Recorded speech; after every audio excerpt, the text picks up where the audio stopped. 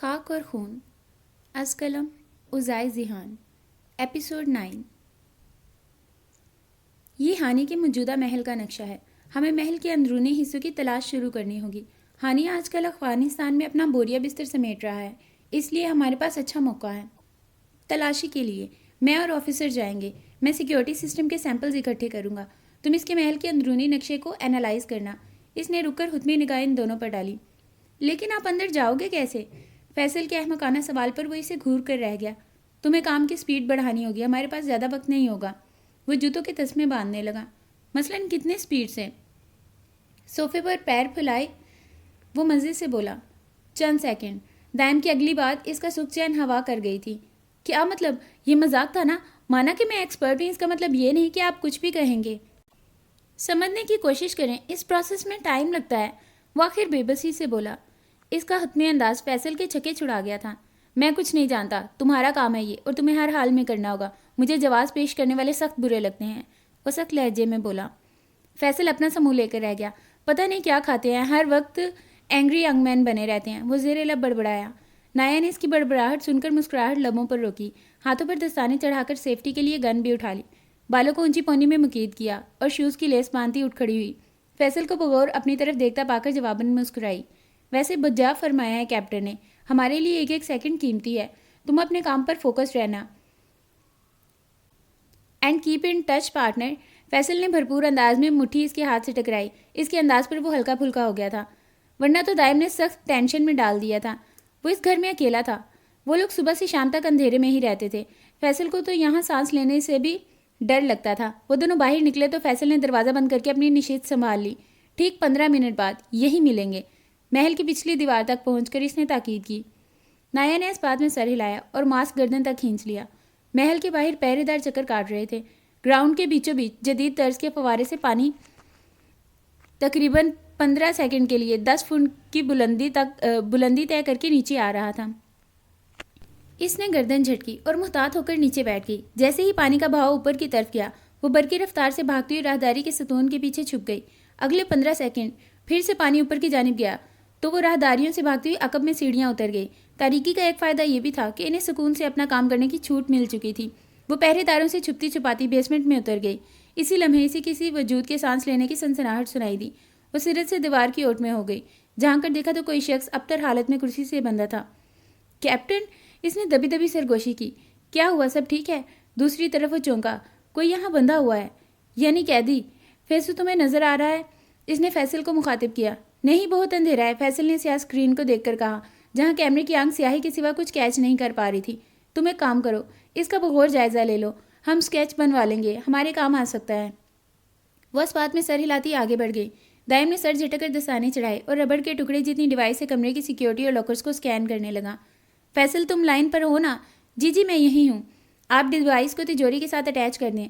مجھے جب سگنل ملے گا میں تبھی ڈیوائس انسٹال کرنے کے بعد کسی قسم کے لاکر کو ڈیٹیکٹ کر پاؤں گا یا ڈی ایکٹیویٹ کر پاؤں گا۔ فیصل کی انگلیاں برقی رفتار سے کی پیڈ پر چلنے لگیں۔ کوئی اوپر کی طرف جا رہا ہے، نایا نے کمرے سے نکلتے ہوئے شخص کو دیکھ کر کہا۔ میری طرف؟ دائم چونکا۔ تم کہاں ہو یہ میں نہیں جانتی، لیکن اگر اوپر ہو تو وہ وہیں آ رہا ہے۔ فیصل جلدی کرو، بس 15 سیکنڈ۔ ہاتھوں کی حرکت میں تیزی آنے لگی۔ اتنا وقت نہیں ہے، کوئی کسی بھی وقت اندر داخل ہو سکتا ہے۔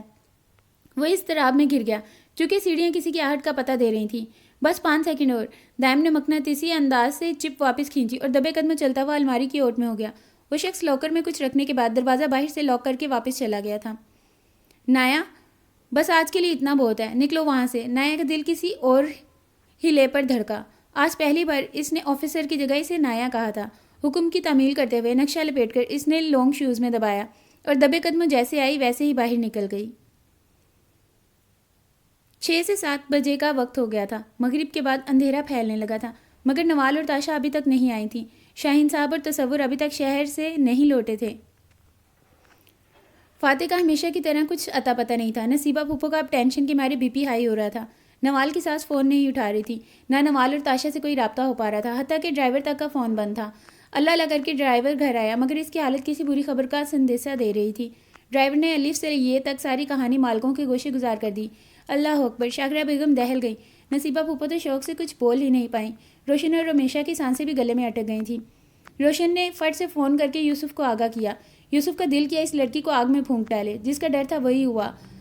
ہو نہ ہو یہ اسی خدمت خلق کی سزا ہے۔ وہ پہلی فلائٹ سے واپس آ گیا تھا اور آ کر رکا نہیں بلکہ سیدھا اس کے کمرے کا رخ کیا۔ عین ممکن تھا وہ اس کا سر پھاڑ دیتا۔ شاہین صاحب اور تصور نے بچ بچاؤ کروا دیا، ورنہ وہ سچ میں مار ہی دیتا اس لڑکی کو۔ کہا تھا نا میں نے بابا کہ اگلی باری ہم میں سے کسی کی ہے، آپ نہیں مانے میری بات۔ یوسف کا خوف زبان پر آ گیا۔ شاہین صاحب خاموش رہے۔ اللہ جانے کس حال میں ہوں گی میری بچیاں۔ پھپھو ہلکان ہو رہی تھی۔ یوسف نے بالوں کو مٹھیوں میں جکڑ لیا۔ کیا کروں اب میں؟ کہاں جاؤں؟ کس طرف جاؤں؟ کہاں سے شروع کروں؟ وہ کنپٹیا سے ہلاتا ہوا ضبط سے چکر کاٹنے لگا۔ ایک بات سن لو، اگر دونوں کو خروچ بھی آئی، قسم خدا کی تمہاری قبر میں اپنے ہاتھوں سے تیار کروں گا۔ وہ انگلی اٹھا کر سر محفل اس دھمکی دیتا باہر نکل گیا۔ شیزانہ کچھ اور لڑکھڑا کر دیوار سے لگ گئی۔ اب بیٹیوں کا معاملہ تھا، نہ تو وہ رپورٹ کروا سکتے تھے، نہ فورسز کی مدد لے سکتے تھے۔ یوسف سوچ سوچ کر پاگل ہو رہا تھا۔ ان کا نہ تو کوئی خاندانی دشمن تھا، نہ ہی کاروباری جس پر اسے شک ہوتا۔ اس کا شک رہ رہ کر شیزانہ پر جا رہا تھا۔ وہ کسی فیصلے پر پہنچ کر گاڑی گھما کر گھر کے راستے پر ڈالتا فاتح کو فون کرنے لگا۔ ہاں نہیں، اتنی چھوٹی نہیں، مناسب تھیں۔ براؤن کلر تھا آنکھوں کا، بال بڑے ہوئے پتلے، ہونٹ رنگ صاف تھا۔ وہ رک رک کر کہتی اب اطمینان سے چیئر پر بیٹھ گئی اور چائے کا کپ اٹھا کر لبوں سے لگا لیا۔ وہ اسکائپ پر ایجنٹ اسکیچ آرٹسٹ کو اس قیدی کا حلیہ بتا رہی تھی جسے اس نے ہانی کے محل میں دیکھا تھا۔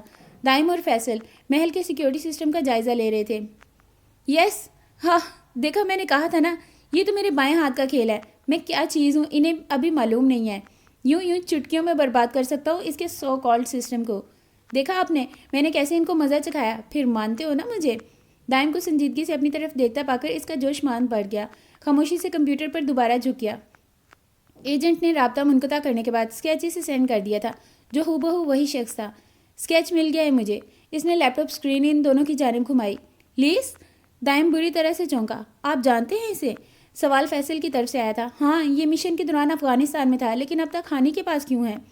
مجھے لگا تھا یہ اپنی بہن کے ساتھ کہیں محفوظ مقام پر منتقل ہو چکا ہوگا۔ دائم کو تشویش لاحق ہونے لگی تھی۔ یہ محض قید نہیں تھا، اس پر تشدد بھی کیا جا رہا ہے، جس سے صاف ظاہر ہے ہانی کچھ چاہتا ہے لیکن لیز کو آمادہ نہیں کر پا رہا۔ لیکن کیا؟ اس تخمینے پر سوال نکلا۔ ہم پتہ لگا لیں گے، اور مجھے وہاں ایک اور کمرہ بھی ملا تھا، شاید اس میں بھی کوئی کام کی شے نظر آ سکے۔ وہاں بہت مقدار میں ادویات اور نہ جانے کس چیز کی ملی جلی سی بدبو آ رہی تھی، اور مزید اس کے برابر والے کمرے سے مجھے محل کا نقشہ ملا ہے، یہ ہمارے کام آ سکتا ہے۔ وہ بس سیدھا نقشہ پھیلائے بتانے لگی۔ یہ ایسے سمجھ نہیں آئے گا، نہ تمہیں نہ مجھے۔ اس معاملے میں آپ کی مدد کر سکتا ہوں۔ فیصل ان کی بات کاٹ کر کہتا پلٹ کر اسکرین پر اسکیننگ کرنے لگا۔ میں جنرل کو رپورٹ کر کے آتا ہوں۔ دائم کہتا وہ کمرے سے باہر نکل گیا۔ جنرل نے لیز سے متعلق سارا معاملہ ان پر چھوڑ دیا تھا اور شاباشی دے کر فون بند کر دیا۔ آج ان کے کام کا پہلا دن تھا اور اختتام تک ان لوگوں نے محل اور سیکیورٹی سسٹم تک رسائی حاصل کر لی تھی۔ جنرل کو اس کی قابلیت پر 100 گنا یقین تھا۔ اس کی قیادت میں مہینوں کا کام ہفتوں میں ہو جائے گا۔ وہ بہت شارپ اور پھرتیلا تھا ان کاموں میں۔ کچھ ہی دیر میں نقشہ اسکیچ کی صورت ان کے سامنے تھا۔ دائم اور نایا نے تو پہلی نظر میں ازبر کر لیا تھا۔ جہاں سے میں نیچے گئی تھی بالکل اسی راستے سے آگے جا کر سیڑھیاں اوپر کو جاتی ہیں جس کے چوتھے کمرے میں تم گئے۔ اس سے آگے کیا تھا؟ کیونکہ یہ تو طے ہے کہ ہانی کی رہائش اوپر والے فلور پر ہے، یہاں اسی قسم کی چیزیں رکھی ہوئی، یا پھر بیسمنٹ میں، نایا اندازن بولی۔ ٹھیک ہے، ہم کل رات پھر جائیں گے، اور کل صبح کے وقت جو ہم نے کیمرے کے محل کے اطراف اور اندر لگائے ہیں ان کے ذریعے ہم آنے جانے والے ہر شخص پر نظر رکھیں گے تاکہ ہمیں ہانی کے تعلقات واضح ہو سکیں۔ اس حساب سے ہم اپنا اگلا قدم اٹھائیں۔ وہ کہتا ہوا اٹھا۔ گھڑی رات کے 2 بجا رہی تھی۔ وہ لوگ صبح سے نہ جانے کتنی بار چائے اور کافی پی کر اپنی انرجی بحال کر رہے تھے۔ اب تو آنکھیں اور دماغ تھکن سے بے حال تھا۔ چائے پیو گے تم لوگ؟ نایا نے کچن میں جاتے جاتے رک کر پوچھا۔ دائم نے نفی میں سر ہلا دیا، کشن برابر کیا اور صوفے پر لیٹ گیا۔ وہ بہت تھک گیا تھا، اسے اب نیند کی ضرورت تھی۔ وہ چائے بنا کر لوٹی تو دائم سو چکا تھا۔ اس نے کسی احساس کے تحت کبڈ میں کمفرٹر تلاش کیا اور اس کے اوپر اڑا دیا۔ اوپر آ جاؤ فیصل۔ وہ دبی دبی سرگوشی کرتی کپ اٹھا کر ٹیرس پر آ گئی۔ تمہیں بھی نیند نہیں آ رہی؟ نہیں، لیکن میں بہت تھک گیا ہوں، بیٹھے بیٹھے کمر اکڑ گئی ہے۔ اسکرین پر نظریں جما جما کر آنکھیں دکھنے لگی ہیں۔ وہ اسے کپ لے کر ٹیرس سے قدرے ہٹ کر کھڑا ہو گیا، چونکہ فوجی پہرے دار رات کے وقت پہرے دے رہے تھے۔ دیکھو، ہمیں گپ شپ لگانے کی اجازت تو نہیں ہے، لیکن اب اس سفر میں تنہا ہیں تو کسی چیز سے تو من بہلانا ہوگا۔ کچھ بتاؤ اپنے بارے میں، تم مزیدار انسان ہو۔ وہ کپ لبوں سے لگاتی ہوئی بولی۔ 1 منٹ، اس کی اجازت نہیں ہے مطلب آپ سے باتیں نہیں کر سکتا، معاملات شیئر نہیں کر سکتا؟ فیصل ٹھٹکا۔ بالکل، نجی معاملات، نجی زندگی کے متعلق۔ مگر کیوں؟ کیونکہ دور اندیشی نے اس بات کو جنم دیا ہے کہ اگر ہم میں سے کوئی بغاوت پر اتر آئے تو ہمیں آسانی سے برباد کر سکتا ہے، یعنی ہمارا سودا کر سکتا ہے، دوسری ایجنسیز کے ساتھ ہمیں بیچ سکتا ہے۔ اس لیے اللہ نہ کرے میرے دماغ میں آپ لوگوں کے متعلق ایسا خیال بھی آئے۔ فیصل نے کانوں کو ہاتھ لگائے۔ نایا اس کے انداز پر ہنس دی۔ جب میں بہت چھوٹا تھا تب ابا فوج میں تھے، آپریشن کے دوران ان کا ہاتھ ضائع ہو گیا، انہیں نوکری سے ہاتھ دھونا پڑا اور وہی افسوس ابا کی جان لے گیا۔ ایک فوجی کے لیے ان کیفیات کو جھیلنا کتنا مشکل ہوتا ہے جب اسے پتہ چلے کہ وہ کبھی بندوق نہیں چلا پائے گا۔ اماں بھی کچھ سال بعد چل بسیں، چاچو بھی شہید ہو گئے، اکیلا میں بچ گیا۔ دادی، چچی، آیت، تینوں کا عورتوں کا میں اکیلا سرپرست۔ دادی نے ہمیشہ میرے ناز اٹھائے ہیں، وہیں چچی نے میری اچھی بری عادت پر بس تانے ہی دیے ہیں۔ ان کی اسی عادت نے مجھے ضد دلا دی۔ میں نے سوچ لیا اب جو بھی کروں گا اپنے بل بوتے پر کروں گا۔ چچا نے جانے سے پہلے آیت کو اور مجھے ایک رشتے سے باندھ دیا تھا۔ وہ مجھے اچھی لگتی تھی، لیکن وہ پسندیدگی بھی شاید بچپن کے ساتھ ہی ختم ہو گئی۔ چچی کے تانے سن سن کر مجھے اب آیت سے بھی چڑ ہونے لگی ہے۔ 18 سال کی عمر میں آرمی میں اپلائی کیا تو نتیجہ 0 نکلا۔ اگلے سال پھر اپلائی کیا تو پتہ چلا میری دائیں آنکھ میں بلائنڈ اسپاٹ ہے۔ پھر علاج کروانے کے چند سال بعد اپلائی کیا تو کمانڈر نے کہا پتر تیری عمر نکل گئی۔ مجھے بہت غصہ آیا، اتنا کہ میں فوجی کمانڈر کا ہاتھ جھٹک کر آ گیا۔ پھر کبھی وہاں کا رخ نہیں کیا۔ دل میں بہت بار خیال آیا جو میں نے خود ہی مسترد کر دیا۔ چچی کو چچا کی اور ہمیں ابا کی پینشن ملتی رہتی ہے، ان کا ہمارا گزارا آرام سے ہو جاتا ہے، لیکن اس کے باوجود وہ مجھے تانے دینے سے باز نہیں آتی۔ بھلا میرا کیا قصور ہے؟ اگر میری نوکری نہیں لگ رہی تو کوشش تو کرتا ہوں۔ اب سرکاری افسران کے جوتے میں نہیں گھس سکتا، مجھ سے بھی انا اور وقار کا مسئلہ ہے، اسے مجروح نہیں ہونے دے سکتا۔ آیت کا نام لے لے کر خود کو موٹیویٹ کرتا رہتا ہوں، اگر آیت سے شادی کرنی ہے تو کچھ بن کے دکھانا ہے۔ لیکن سچ بات پوچھو نا، آیت میرے دل سے اتر گئی ہے۔ اس نے ایک بار نہیں آ کر مجھ سے پوچھا یا اپنی امی کو سمجھایا، وہ تو مجھے بچپن سے جانتی ہے۔ اس کا لہجہ غمگین ہو گیا۔ خوبیاں اور خامیاں ہم سب میں ہوتی ہیں فیصو، بس انہیں اجاگر کرنے کا طریقہ آنا چاہیے۔ نایا نے دکھ بھری نگاہوں سے دیکھا۔ جو بھی ہو، میں کیپٹن جتنا پرفیکٹ نہیں بن سکتا کبھی، جو کسی بھی لڑکی کا آئیڈیل ہوتا ہے۔ وہ نا امید ہوا۔ تمہیں کس نے کہا وہ پرفیکٹ ہے؟ اس میں بھی خامیاں ہوں گی، لیکن اس نے خود کو اتنا مضبوط بنا لیا ہے کہ خامیاں کہیں دب کر رہ گئی ہیں۔ تمہیں پتہ ہے جس رات ہم حلب میں رکے تھے، اس نے پوری رات جاگ کر ہم پر پہرا دیا۔ جب اس نے راستے میں سگریٹ سلگائی تو مجھے اندازہ ہوا وہ باہر سے جتنا بھی سخت نظر آئے بہت نرم دل ہے۔ اسی طرح تم بہت حساس ہو، اسی لیے تم ہر بات دل پر لے لیتے ہو۔ دوسروں کی نظروں میں خود کو ثابت مت کرو، کیونکہ لوگوں کا نظریہ تو بدلتا ہی رہتا ہے۔ اپنے لیے کچھ کرو، سمجھ گئے نا؟ وہ جواباً مسکراتے ہوئے سر ہلانے لگا۔ اندر سے وہ ابھی تک حیران تھا دائم کی حرکت پر، جس کا ظاہر باطن سے کتنا مختلف تھا۔ چلو 3 بج چکے ہیں، صبح اٹھنا بھی ہے۔ وہ خالی کپ لیے اٹھ کھڑی ہوئی۔ آپ چلیں میں آتا ہوں، وہ کہہ کر آسمان پر چمکتے تاروں کو گھورنے لگا۔ تاشا، تمہیں نہیں لگتا کہ ہم کڈنیپ ہو چکے ہیں؟ انہیں پوسیدہ سے کمرے میں باندھ کر نقاب پوش جا چکے تھے۔ کھڑکیوں سے آتی دن کی روشنی مدھم پڑ رہی تھی، اور نوال کی ہمت بھی۔ تاشا آنکھیں بند کیے نہ جانے کس حساب کتاب میں مگن تھی۔ یو مین اغوا؟ جواباً فوراً بولی۔ تو اور اغوا کا مطلب پکنک ہوتا ہے بیوقوف؟ نوال کو غصہ آیا۔ جسٹ امیجن نوال، جیسے ہم نے فلموں اور ڈراموں میں دیکھا ہے کہ ایک بہت ہی ہینڈسم، خوبصورت، حسین لڑکے کو جب کوئی لڑکی پسند آ جاتی ہے تو وہ اسے کڈنیپ کر لیتا ہے، اس کے ساتھ زبردستی شادی کر لیتا ہے۔ اس کا تشویشناک انداز نوال کی دھڑکنیں منتشر کر گیا۔ لیکن رامس مجھے اغوا کیوں کرے گا یار؟ میں نے شادی کے لیے ہاں تو کر دی ہے، نوال بیچارگی سے بولی۔ بیوقوف، میں اپنی بات کر رہی ہوں، تاشا بھڑکی۔ کیا؟ کہیں یہ تمہاری کارستانی تو نہیں؟ مطلب کبھی خیالوں میں تم نے ایسا سوچا ہو؟ نوال کو شک ہونے لگا۔ ہاں، ایک بار میں نے خواہش کی تھی کہ کوئی حسین سا بندہ مجھے بھی اغوا کر لے، باقی سب نے تو مجھے فرینڈ زون کر دیا۔ تاشا پر نہ جانے کون سا بھوت سوار تھا۔ لعنت تو تم پر تاشا، اپنے ساتھ ساتھ مجھے بھی پھنسوا دیا۔ اگر ایسے چیپ قسم کے خواب دیکھنے ہو تو مجھے ان میں نہ ہی دیکھا کرو۔ نوال نے اسے جھاڑا۔ ایسے کیسے؟ تم میری دوست ہو، تمہیں ساتھ لے کر ڈوبوں گی، تاشا نے بے دھڑک کہا۔ یار ایسی باتیں مت کرو تاشا، مجھے خوف آ رہا ہے، میں پہلے ہی بے ہوش ہونے کے قریب ہوں۔ نوال رو دی۔ چپ کرو یار، مذاق کر رہی ہوں۔ اسی لمحے دروازہ کھلا اور دونوں نقاب پوش پھر سے نمودار ہوئے۔ دیکھو ہمیں مارنا مت، ہم تو ننھی منی سے بچی ہیں، بھلا ہمارا کیا قصور ہے؟ نوال گھبرا کر بولی۔ ہاں صحیح کہہ رہی ہے، کچھ لے دے کے معاملہ نپٹا لیتے ہیں، مجھے پتا ہے تم کیا چاہتے ہو، تاشا شرمیلی سی مسکان کے ساتھ بولی۔ کیا؟ نوجوان چونکے۔ تم نے مجھے یونیورسٹی میں دیکھا ہوگا، ہے نا؟ پھر تمہیں میں پسند آ گئی، تم مجھے کڈنیپ کر لیا۔ دیکھو تمہارے ارادے بالکل غلط نہیں ہیں، لیکن یہ معاملہ ایسے طے نہیں ہوتا۔ تمہیں اپنے والدین کو میرے گھر چپ، ایک دم چپ، کیا فالتو بکواس کر رہی ہو تم؟ ہاں بند کر، فوراً سے پہلے منہ اس کا بند کر۔ نوجوان کا صبر اب جواب دے گیا۔ وہ اپنے ساتھی پر چلایا، تاشا کیا کر دیا تم نے؟ انہیں غصہ دلا دیا، نوال بے بسی سے بڑبڑائی۔ تو چپ، میں بھی کوئی ڈرتی ورتی نہیں ہوں سمجھے، بارڈر کے پاس گھر ہے ہمارا، تم جانتے نہیں ہو ابھی میرے بھائی کو، تم جیسے چلغوزے کو تو یوسف بھائی چٹکیوں میں مسل دیتے ہیں، یاد رکھنا تاشا نام ہے میرا، تمہیں تمہاری نانی نے یاد دلا دی تو کہنا۔ بہت ہو گیا اس تاشا کا تماشا، اس کا منہ بند کرو فوراً سے پہلے، وہ ساتھی نوجوان پر چیخا تھا جو ہڑبڑا کر کپڑا اس کے لبوں پر جمانے لگا۔ تاشا ستیہ ناس ہو تمہارا، نوال دانت پیسنے لگی، وہ ہاتھ پیر مارتی ہوں ہوں کر رہی تھی، مگر وہ دونوں شخص دروازہ بند کر کے باہر نکل گئے۔ ان دونوں نے بے بسی سے ایک دوسرے کو دیکھا۔ پتہ نہیں کیوں تاشا اپنی جگہ، لیکن وہ نوال کے لیے الگ سے پریشان تھا۔ اس طرح بھی کیفیت میں کمرے کے چکر کاٹ رہا تھا جب رامز کو اپنی ماں کے ہمراہ آتا دیکھ کر ناگواری کے کئی بل اس کے ماتھے پر ابھرے۔ دونوں خواتین رو رو کر ہلکان ہوئے جا رہی تھیں۔ روشن ہر گزرتے 5 منٹ کے بعد نصیبہ پھوپھو کا بلڈ پریشر چیک کر رہی تھی۔ اس پر اب نوال کی ساس کے عجیب سوال ان کے زخموں پر نمک چھڑکنے کے مترادف تھے۔ نصیبہ پھوپھو کا جھکا سر مزید جھک گیا ان کے سوالات سن کر۔ لاؤنج میں براجمان یہ تماشا دیکھتے یوسف کا صبر جواب دے گیا۔ وہ انتہائی تیش کے عالم میں اٹھا اور شیزانہ کا ہاتھ پکڑ کر گھسیٹتا ہوا گاڑی میں ڈال کر لے جانے لگا۔ یوسف رکو، تصور بھائی بوکھلا گئے۔ شاہین صاحب بھی یوسف یوسف کرتے رہ گئے، مگر یوسف نے ایک نہ سنی۔ وہ پہلے ان کی مان کر خاموش تھا کہ اغوا کاری نے کال ضرور کریں گے، مگر وہ ہاتھ پر ہاتھ دھرے نہیں بیٹھ سکتا تھا۔ مارے گھبراہٹ کی اس کی ہتھیلیاں بھیگنے لگیں۔ پتہ نہیں یوسف اس کے ساتھ کیا کرنے والا تھا۔ ہاتھوں کو مضبوطی سے آپس میں پیوست کیے وہ خود کو مضبوط ظاہر کرنے کی ناکام کوشش کر رہی تھی۔ 15 منٹ کی دوری پر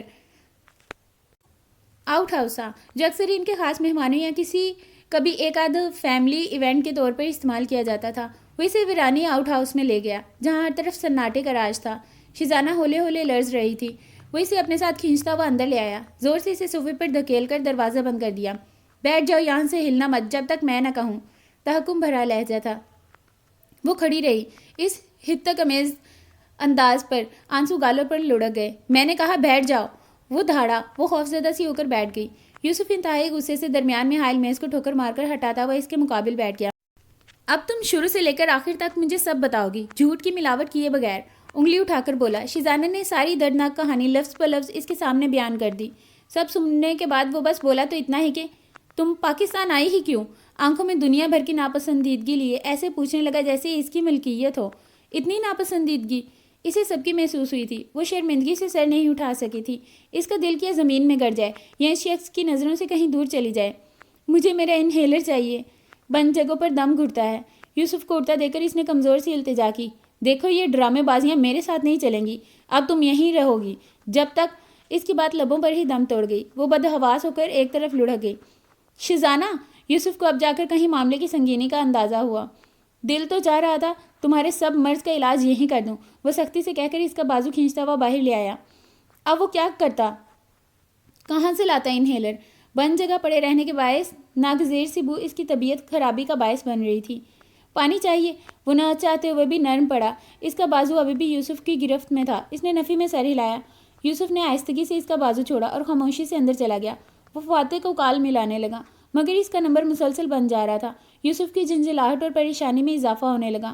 وہ ناحق اس لڑکی پر برہم ہو رہا تھا، جبکہ اس کا رتی برابر قصور نہیں تھا، بلکہ وہ تو خود اس ظلم کا شکار ہو کر آ رہی تھی۔ اب اس کا ضمیر اسے ملامت کرنے لگا۔ اندر چلو، وہ پلٹ کر اس سے مخاطب ہوا۔ وہاں میرا دم گھٹتا ہے، پلیز، اس نے کمزور سے احتجاج کیا۔ یوسف خفگی سے بھرپور نظر اس پر ڈالی۔ تبھی اس کا فون رنگ ہوا۔ غیر شناسا نمبر سے کال تھی۔ ذہن میں آنے والے پہلے خیال کے تحت اس نے فوراً کال ریسیو کر لی۔ وہ فون کان سے لگاتا وہاں سے ہٹا۔ شیزانہ درخت کی پشت سے کمر ٹکا کر آنکھیں موند گئی۔ ہیلو، وہ سب چھوڑو، برخودار اطلاع دینی تھی، تمہاری بہنیں دراصل آج رات کے لیے ہماری مہمان ہیں۔ بکواس بند کر، وہ یک دم بھڑک اٹھا۔ اس کا بس نہیں چل رہا تھا، وہ کھال ادھیڑ دیتا اس شخص کی۔ کیا تکلیف ہے تم لوگوں کو، کیا چاہیے؟ اس نے بہت تحمل سے پوچھا۔ ہماری لڑکی لوٹا دو اور اپنی لڑکیوں کو لے جاؤ، صاف سیدھی بات ہے، ورنہ ہانی کو ابھی تم جانتے نہیں ہو۔ یوسف نے بے ساختہ درخت سے لگے شیزانہ کو دیکھا۔ کیا اسے ان درندوں کے حوالے کرنا صحیح فیصلہ ہوگا؟ فالتو دماغ مت چلاؤ، سودا برا نہیں ہے، شرافت سے ہماری لڑکی لوٹا دو، تمہاری بھلائی اسی میں ہے، اگلی کال تک فیصلہ کر لو، وقت اور پتہ مل جائے گا۔ ساتھ ہی کال منقطع ہو گئی۔ ہانی کون ہے؟ وہ سیدھا اس کے پاس آیا۔ اس سوال پر وہ چونک کر سیدھی ہوئی۔ یوسف نے اس کی آنکھوں میں بے پناہ خوف دیکھا۔ مبارک ہو، وہ شخص جان لینے اور دینے کی حد تک تم پر عاشق ہے۔ کئی دیر بعد بھی جواب نہ پا کر وہ رکھائی اور زہر خند لہجے میں بولتا ہوا وہاں سے چلا گیا۔ شیزانہ ابھی تک شوق کی کیفیت میں تھی۔ اس سارے مسئلے کی جڑ اس کی ذات تھی۔ بیچاری تاشا اور نوال جانے کس حال میں ہوں گی، سوچ کر ہی وہ ملال اور شرمندگی کی عطا گہرائیوں میں گر گئی۔ کسی نہج پر پہنچ کر باہر کی جانب بڑھی، مگر اسے یوسف کی گاڑی جاتی دکھائی دی۔ وہ خارجی دروازہ باہر سے مقفل کر گیا تھا۔ کوئی اتنا بے حس کیسے ہو سکتا ہے؟ سب کچھ جاننے کے بعد بھی اس نے انتہائی بے بسی سے درخت کے تنے سے ٹیک لگا لی۔ اندر نہ جا سکتی تھی، نہ باہر جا سکتی تھی۔ کتے، کمینے، حرام خور، تیری ایسی کی تیسی، دیکھا اسی لیے منہ بند کیا تھا اس کا۔ اس سے پہلے وہ مزید القابات سے نوازتی نقابپوش ساتھی سے مخاطب ہو کر بولا اور اس کا منہ دوبارہ باندھ دیا۔ تاشا خونخوار نظروں سے گھورتی ہاتھ پیر چلانے لگی۔ رک، ابھی تیرے گھر والوں کو تیری خبر دیتا ہوں۔ دیکھیں تو صحیح، تم جیسی مصیبت کے بغیر کیسے ہیں گھر والے، کیسے عیش کر رہے ہوں گے؟ وہ شخص خباثت سے کہتا ہوا فون میں لانے لگا۔ ہیلو، فون سپیکر پر تھا اور یوسف کی آواز سن کر وہ دونوں جی اٹھی تھی۔ وہ سب چھوڑو، برخودار، اطلاع دینی تھی تمہاری بہنیں دراصل آج رات کے لیے ہماری مہمان ہیں۔ بکواس بند کر۔ یوسف کی غسیلی آواز سن کر وہ شخص خباثت سے مسکراتا ہوا ان دونوں کو دیکھنے لگا۔ ہماری لڑکی لوٹا دو اور اپنی لڑکی لے جاؤ۔ صاف اور سیدھی بات ہے، ورنہ ہانی کو تم جانتے نہیں ہو۔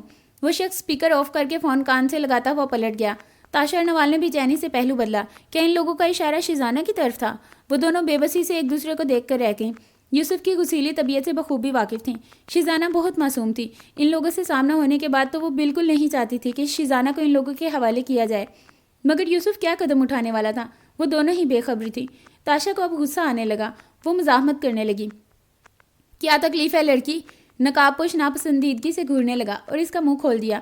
کم از کم ہمارا منہ تو کھول دو بے وقوفو، اب کیا بات بھی نہیں کر سکتے انسان؟ حد ہو گئی ہے، بور کر دیا ہے۔ نقاب پوش اس کے تیور دے کر خوش مگی نگاہوں سے اسے گھورنے لگا جیسے وہ پکنک منانے آئی ہو یہاں۔ کچھ کھانے کو ہی دے دو، سخت بھوک لگی ہے۔ اسے اب سخت گھبراہٹ ہونے لگی تھی اور نوال کا اترا چہرہ دیکھ کر لگ رہا تھا وہ کسی بھی وقت دھاڑی مار مار کر رو دے گی۔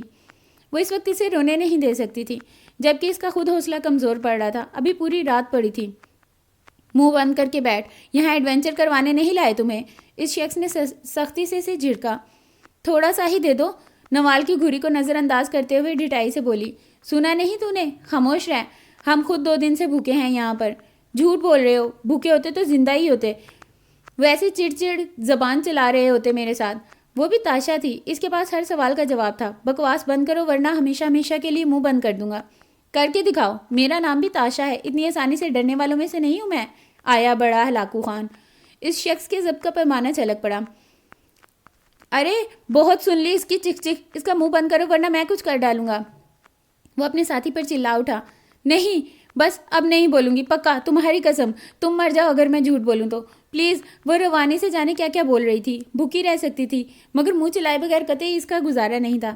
آخری بار کہہ رہا ہوں، زبان بند رکھنا اپنی۔ آخری وارننگ پر فرما برداری کے تمام ریکارڈ توڑتے ہوئے اس نے سر ہاں میں ہلایا اور سکون کا سانس لیا۔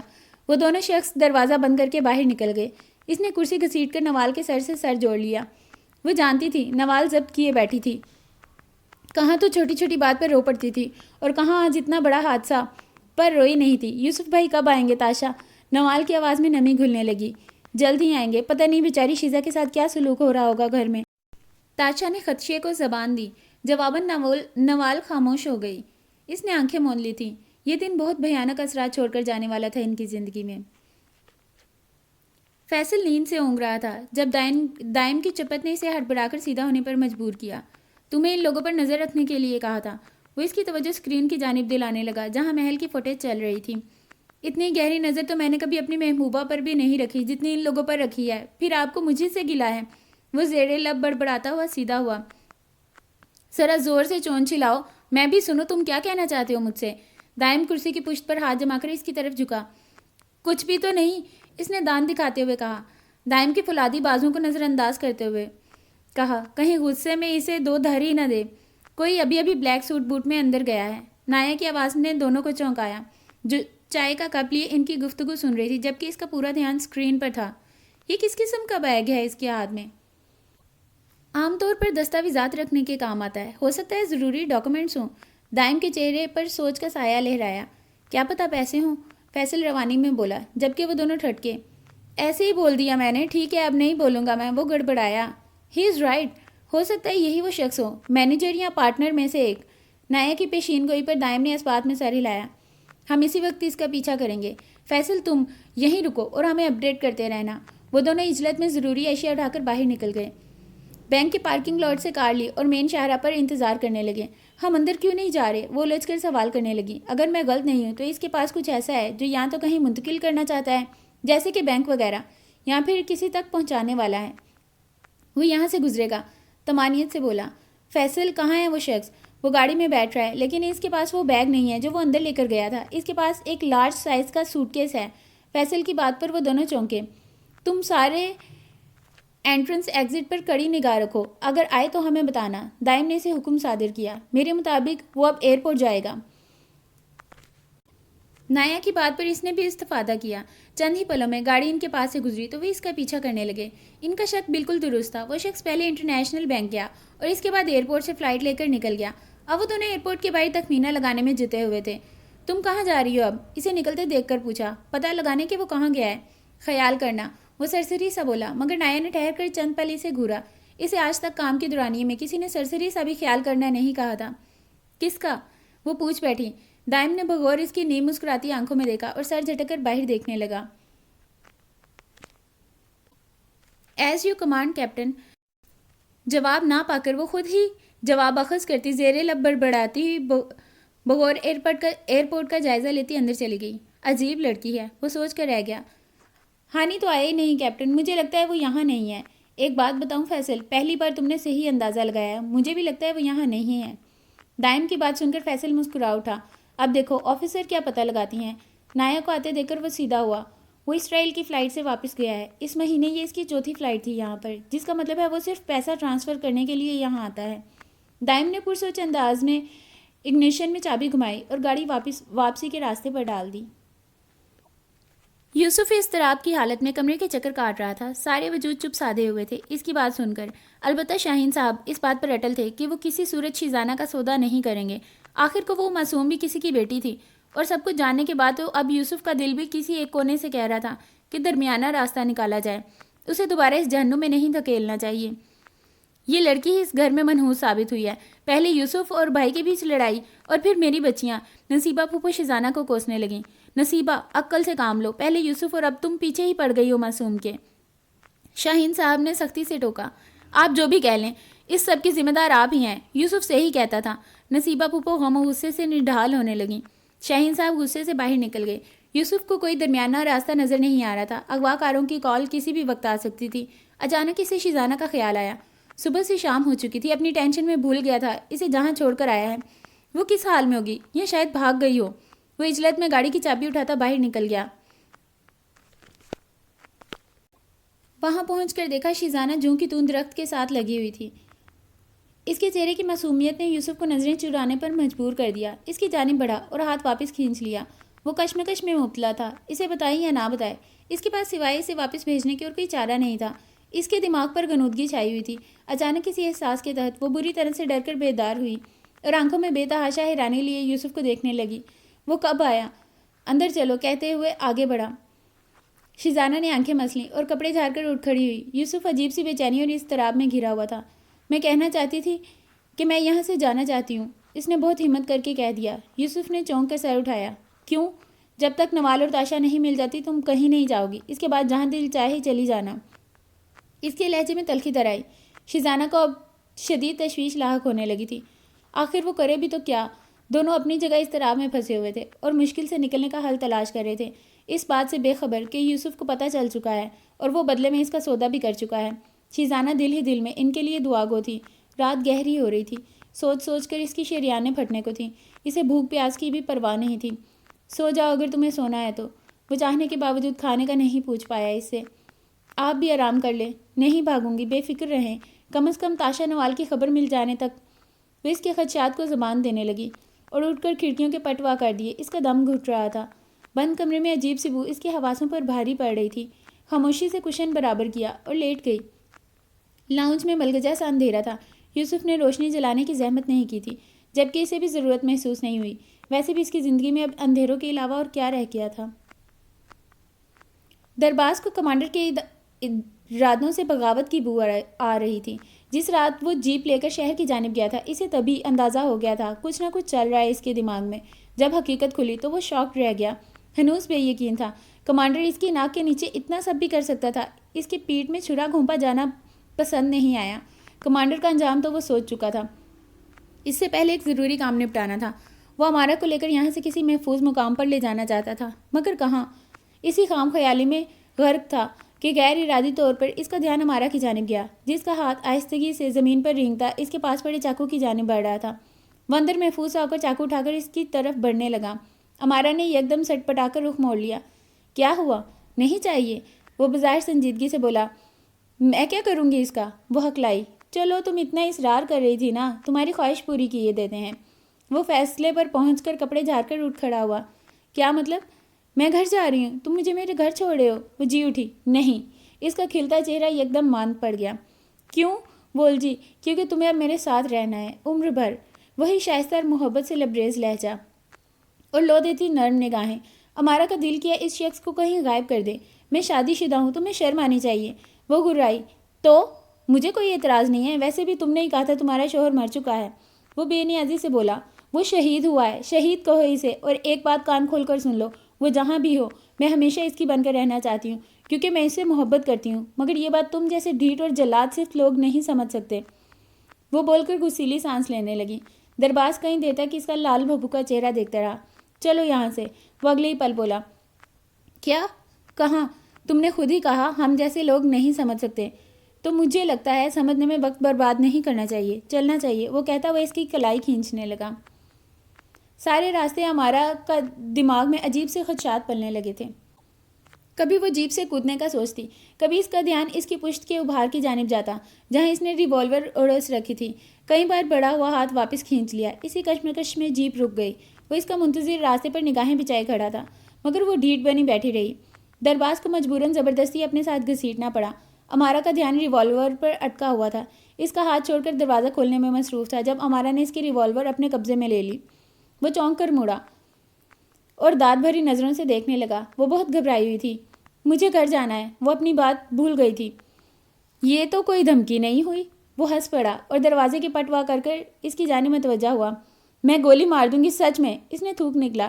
سیفٹی کیچ تو ہٹا لو۔ وہ دیوار سے ٹیک لگا کر فرصت سے اس کی شکست انجوائے کرنے لگا۔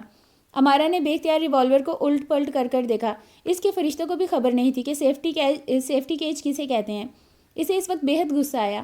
وہ غصے سے ریوالور اس کے سینے پر مار کر اندر آ گئی۔ درباز کا جاندار کہکا بہت دور تک گونجا تھا۔ وہ تینوں نایا کی انفارمیشن کے مطابق اس شخص کے نام کے کئی لوگوں کی جانچ پڑتال کر چکے تھے، مگر کوئی سیرا ہاتھ نہیں آیا۔ یا یہ بھی ممکن تھا یہ اس شخص کی شناخت نقلی ہو، لیکن انہیں تلاش جاری رکھنی تھی۔ دائم گھڑی پر ایک نگاہ ڈال کر باہر نکل گیا۔ ان سب کو بھوک پیاس کی فکر نہیں تھی، مگر دائم کو احساس تھا، سو یہ کام اس نے اپنے ذمہ لے لیا تھا۔ فیصل بیٹھ کر تھک گیا تھا، سو وہ اٹھا اور بے مقصد چکر کاٹنے لگا۔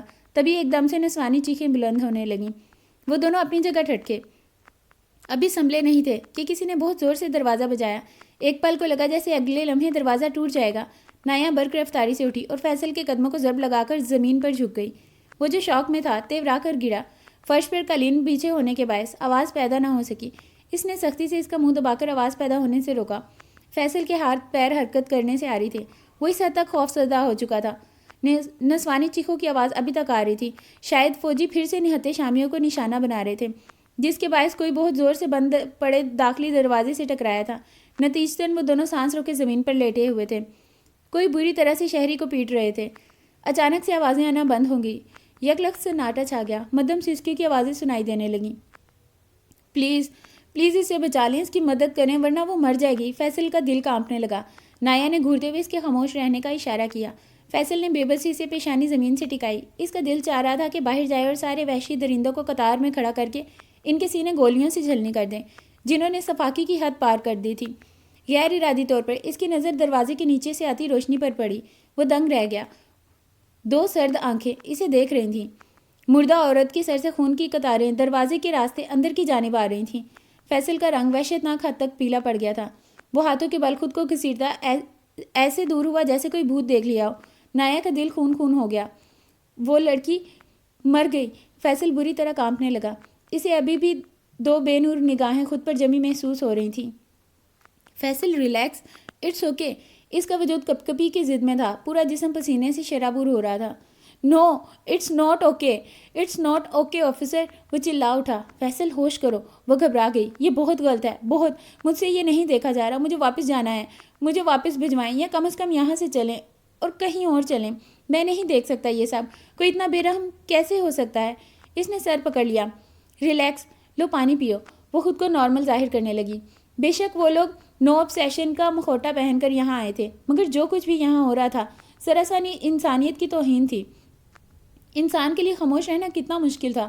ہر کسی کا ضمیر اسے کچوکے لگا رہا ہوگا، ہر کوئی ان ظالموں کو روکنا چاہتا ہوگا، مگر وہ سب ان اندیکھی بیڑیوں میں جکڑے ہوئے تھے۔ کسی کو اپنی جان عزیز تھی، کسی کو اپنا مال، کسی کو اولاد، کسی کو دولت، اور انہیں سب مفاد سے بالاتر ہو کر اپنا وطن عزیز تھا، صرف اپنا وطن۔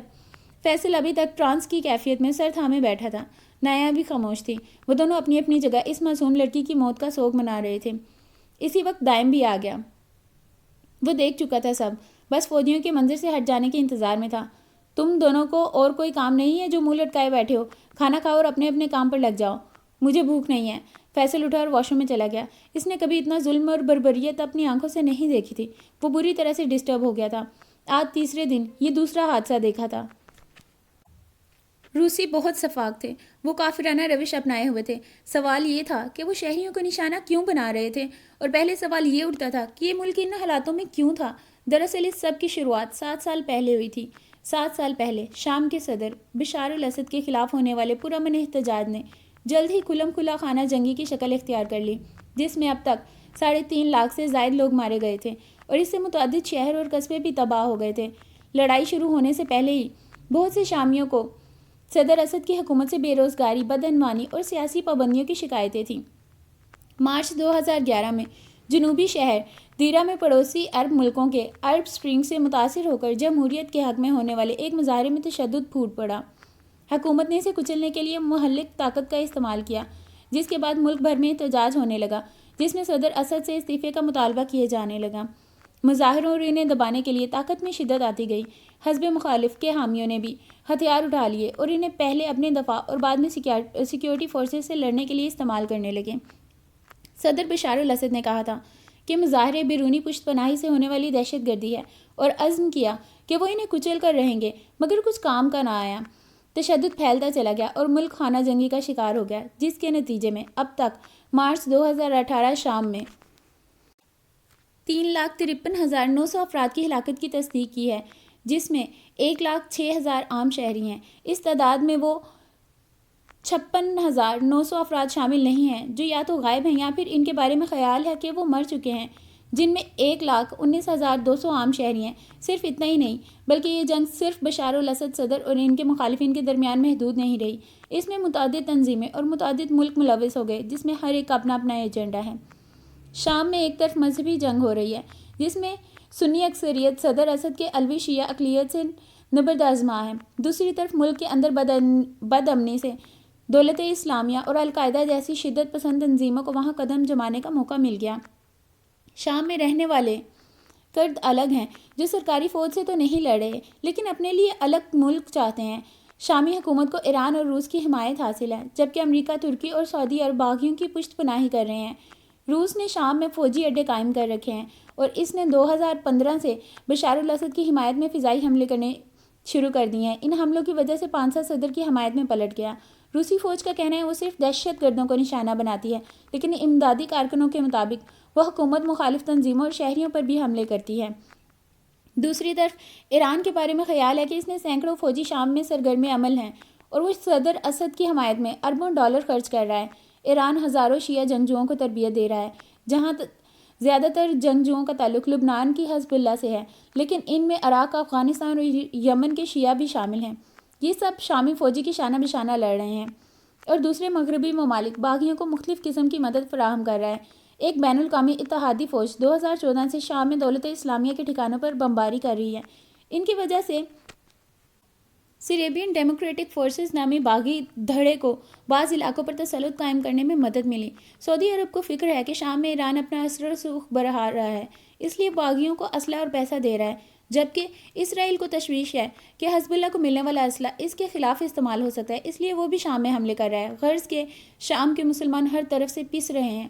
عوام کے مصائب جنگ کی وجہ سے لاکھوں اموات کے علاوہ کم از کم 15 لاکھ شامی مستقل مزدوری کا شکار ہو چکے ہیں، جبکہ 86,000 افراد ایسے ہیں جن کا کوئی عزو ضائع ہوا ہے۔ بے گھر ہونے والوں کی کل تعداد 61 لاکھ ہے، جبکہ 56 لاکھ دوسرے ملکوں میں پناہ لینے پر مجبور ہیں۔ حکومت نے ملک کے اکثر بڑے شہروں پر دوبارہ قبضہ کر لیا ہے، لیکن دیہی علاقوں میں اب بھی بڑے پیمانے پر SDF کے باغیوں کا کنٹرول ہے۔ موجودہ صورتحال کے مطابق باغیوں کے قبضے میں سب سے بڑا صوبہ ادلب ہے، جس کی آبادی 26 لاکھ ہے۔ ادلب کو غیر جنگی علاقہ قرار دے دیا گیا ہے، لیکن اس کے باوجود حکومتی فوج اس پر یہ کہہ کر حملے کرتی رہی ہے کہ یہاں القاعدہ کے جنگجو چھپے ہیں۔ نہ جانے اور کتنی کچھ سہنا باقی تھا ان شامیوں کی قسمت میں۔ ان تنازعوں کا تصفیہ جنگ سے نہیں بلکہ سیاسی مذاکرات سے حل ہو سکتا تھا، اور صدر اسد حزب مخالف بات کرنے سے کترا رہے تھے، جبکہ باغی اس بات پر مصر ہیں کہ صدر استعفیٰ دے دیں۔ مخالف ضدی روش اپنائے ہوئے ہیں، جبکہ لاچار اور بے بس شامی ناحق ان خانہ جنگی حالاتوں کی چکی میں پس رہے ہیں۔ فیصل پورے 15 منٹ واش روم میں گزار کر آیا تھا۔ اس کا سرخی مائل چہرہ بہت کچھ بیان کر رہا تھا۔ دائم نے اندازہ لگا لیا تھا وہ اس وقت کیا محسوس کر رہا ہوگا۔ ارادہ اسے سب کی دلانے کا تھا، نہ کہ اسے اندر کے خوبصورت ہمدردانہ احساس کو ختم کرنا۔ میں نے سنا تم واپس جانا چاہتے ہو۔ فیصل نے چونک کر سر اٹھایا۔ نہیں، مختصر سا کہا اور دوبارہ سر جھکا لیا۔ میں نے کہا نا، میں نے خود سنا ہے تمہیں یہ کہتے ہوئے۔ وہ زور دے کر بولا۔ میں کمزور پڑ گیا تھا۔ فیصل نادم سا ہو کر سر جھکا گیا۔ تمہیں کیا لگتا ہے تم کمزور ہو، یا وہ شامی کمزور ہیں تمہاری نظر میں جو ظلم سہ رہے ہیں؟ نہیں فیصل، نہ تو تم کمزور ہو نہ ہی شامی کمزور ہیں۔ دراصل وہ لوگ بے بس ہیں، اور جن معاملوں میں ہمارا بس نہ چلتا ہو ان معاملات سے دور رہنے میں بہتری ہے۔ انہیں اپنی مدد خود کرنا ہوگی۔ اگر وہ چاہیں تو مار مار کر روسی فوجیوں کو 2 کوڑی کا کر دیں، لیکن ان کا مفاد آڑے آ جاتا ہے، جو کہ انسان کا فطری عمل ہے، اور ہم یہاں ان کی مدد کرنے نہیں آئے ہیں، ہم یہاں اپنی مدد کرنے آئے ہیں۔ جو 216.6 ملین کی آبادی ہم پیچھے چھوڑ کر آ رہے ہیں، وہ ہمارے ہم وطن ہونے سے پہلے انسان ہیں، مسلمان ہیں۔ ان لوگوں نے بہت سی قربانیاں دے کر آزادی حاصل کی ہے، اور ہمیں اس آزادی اور ان کے تحفظ دونوں کو برقرار رکھنا ہے، ورنہ ان جیسا حال ہمارا بھی ہو سکتا ہے۔ فیصل خاموش رہ گیا۔ انہیں بھی آزادی کے لیے وقت درکار ہے، قربانیاں درکار ہیں۔ اللہ بہت جلد ان کی سنے گا، ہم سوائے دعا کے اور کچھ نہیں کر سکتے۔ وہ آہستگی سے بولا۔ اب پہلے تم یہ ملک چھوڑو گے، پھر ہم یہ گھر۔ فیصل کا سر بے ساختہ نفی میں ہلا۔ مجھ سے غلطی ہو گئی، معافی مانگتا ہوں دائم بھائی، میرا وہ مطلب نہیں تھا، قسم سے۔ میں تو وہ بات ادھوری چھوڑ کر رنجیدگی سے اسے دیکھنے لگا۔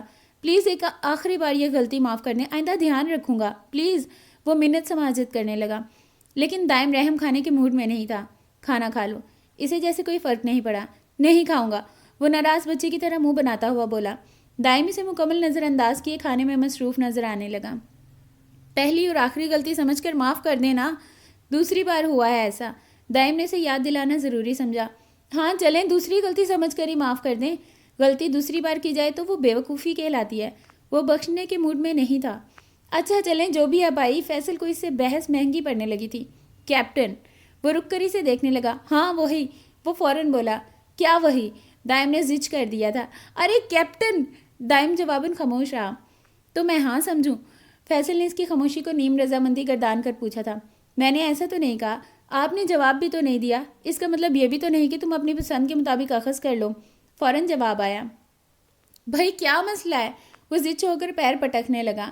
دائم زیر لب مسکرایا، جس کا نوٹس صرف نایا نے لیا۔ فیصل منہ پھلائے کمپیوٹر کے آگے واپس جم گیا، اور وہ دونوں کھانا کھانے کے بعد مختلف کاموں میں جٹ گئے۔ رات کے پرسکون اندھیرے میں جب دنیا آرام دہ حالت میں بستروں میں دبکی ہوئی تھی، اس پہر دائم اور فیصل ایک بار پھر محل کی تلاشی لینے کے لیے پہنچے ہوئے تھے۔ نایا انہیں مانیٹر کر رہی تھی، جبکہ فیصل آج اس کے ساتھ آیا تھا کیونکہ اسے لاکرز کے سسٹم کو ہیک کرنا تھا۔ دائم نایا کا بتایا گیا کمرہ تلاش کرنے لگا۔ لیز کے لیے وہ ہمدردی بھرے جذبات رکھتا تھا، لیکن ابھی سے ہی وقت نہیں آیا تھا اس کی مدد کا۔ وہ سر جھٹک کر اندر داخل ہو گیا۔ کمرے کا ماحول انتہائی بدبودار تھا کہ سانس لینا بھی محال تھا۔ What the heck! وہ بڑبڑاتا ہوا آگے بڑھا۔ گندم، چاول، چینی کی بوریاں اور متعدد کھانے پینے کی اشیاء، ادویات جو ایران ترکی سے امداد کے طور پر آئی تھیں، یہاں گل سڑ چکی تھی، لیکن اسے غریبوں کا نوالا نہیں بننے دیا گیا تھا۔ وہ تعصب سے سر جھٹک کر دیواروں کو چھو کر معائنہ کرنے لگا، کہیں کوئی خفیہ راستہ نکل آئے۔ اس کی توجہ کے مطابق دیوار کے ساتھ لکڑی کے خانوں والی بڑی سی ریک رکھی ہوئی تھی. اس نے پوری طاقت لگا کر اسے ایک طرف سرکایا. ٹارچ لبوں میں دبا کر پن کی مدد سے تالا کھولنے لگا. لکڑی کے تابوت نما صندوق میں اسے ہر طرف اسلحہ نظر آیا. وہ دیکھ کر ہی بتا سکتا تھا کہ اسلحہ روس سے آیا ہے. اس کے باوجود اس نے سیریل نمبر نایا کو نوٹ کروانے شروع کیے. کام مکمل کرنے کے بعد اس نے سکون کا سانس لیا. فیصل ہو گیا؟ وہ راہداریوں کا جائزہ لینے لگا. اسے اب اوپر کی طرف جانا تھا. بس 10 منٹ. وہ ڈیوائس کو لیپ ٹاپ سے کنیکٹ کر کے ڈیٹا ٹرانسفر کرنے لگا.